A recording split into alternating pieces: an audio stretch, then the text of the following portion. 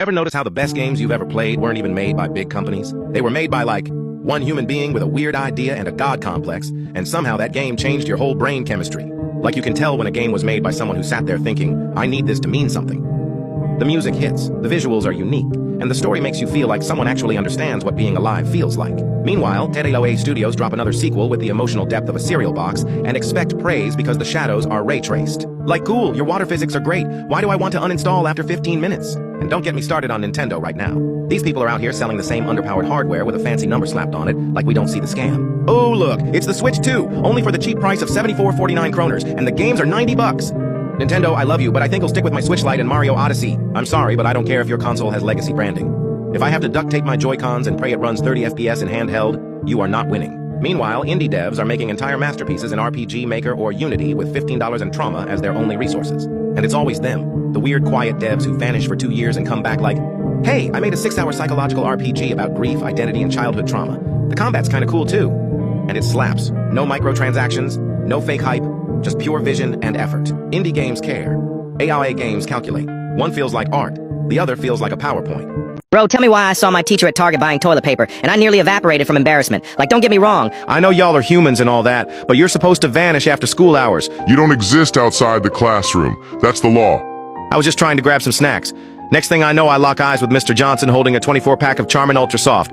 Like, sir, please. I can't unsee that you're out here assigning 5 essays a week and also wiping your ass in aisle 7. It's just wild teachers in real life feel like NPCs glitching.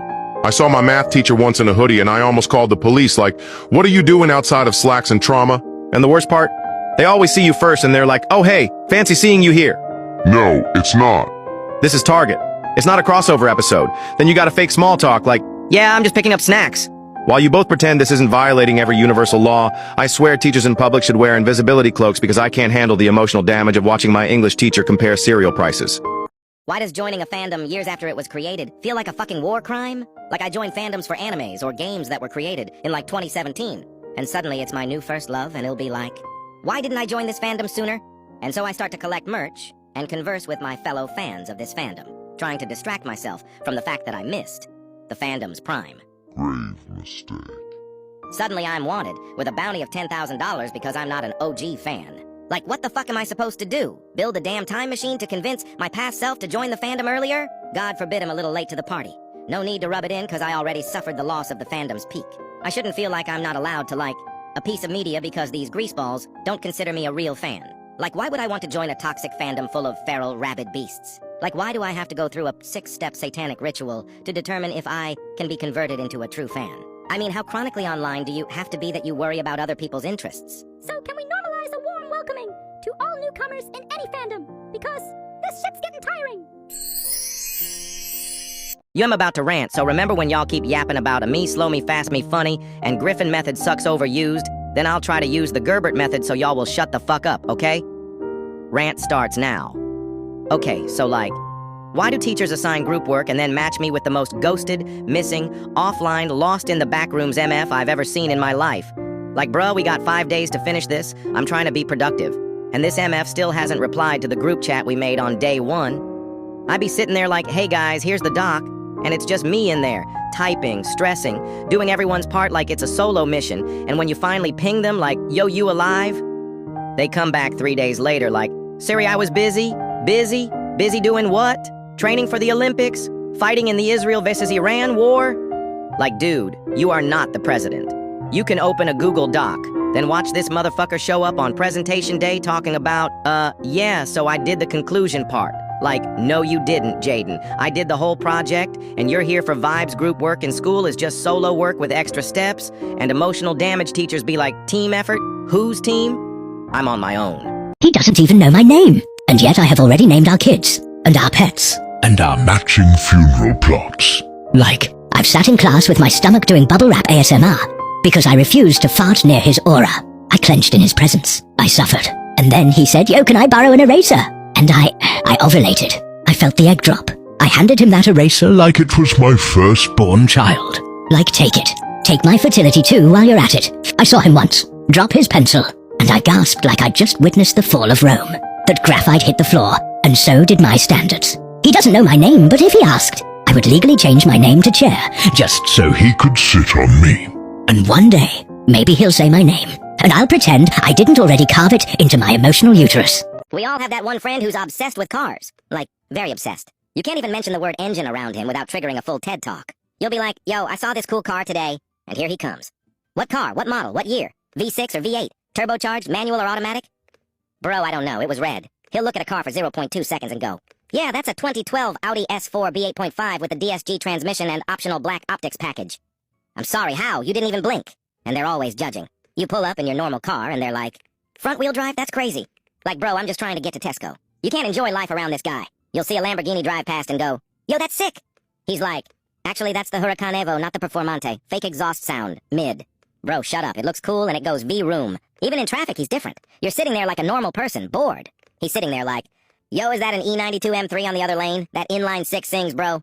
I swear he's gonna propose to an engine one day. And don't even ask him for car advice. He'll be like, yeah, bro, just get a 2007 BMW 335i. Trust me. Reliable, fun, daily driver. That thing breaks down if the weather sneezes. Then he acts shocked when your engine explodes after a week. Did you warm it up properly? No, I turned it on. It's a car, not a baby. Like, bro, chill.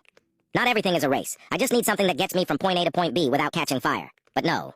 To him, it's all about horsepower, torque, rev matching, downshifts, the Nürburgring lap time. Meanwhile, I just want AC and Bluetooth. Stop it. Get help. You're not Vin Diesel. You're just my mate who gets emotionally attached to vehicles. Dude, I'm getting so tired of my friend group. We've been together for years, right? But as of late, it feels like they're just getting jealous of me. Like, obviously that sounds a little egotistical, but hear me out. So, my friends, let's just call them M and N, are both singers like me. But I've been getting a little popular recently. And by a little, I mean a lot. It's ironic, really, because M will always be more popular than me. Yet she still talks and acts like I'm not deserving of my fame. And don't even get me started on N. She is super unknown, but still acts the same way. Like, I don't deserve any of this. It's not my fault that the internet fell in love with my new voice. That's just how the cookie crumbles.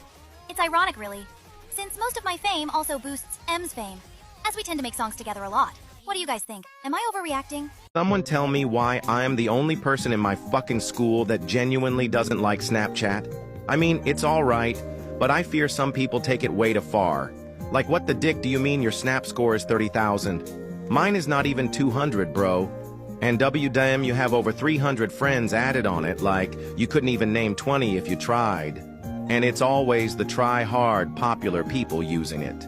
They act like it's their whole life, like, bro, go outside. And it's always that one group chat everyone from your school is in that blows up your phone 24/7, and when you leave, someone adds you back. And don't get me started on the Bitmojis. Most of them are unoriginal and the same fucking Bitmojis, just different skin tone and hair. And all of the content people call funny on it is either imported from TikTok or genuine stuff you got from their grandma's ass crack.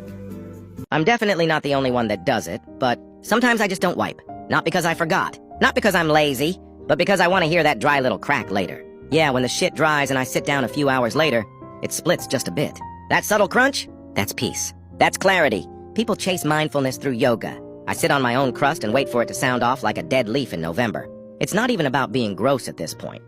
It's about the ritual, the build-up, the delayed satisfaction. Wiping is instant gratification. Letting it dry?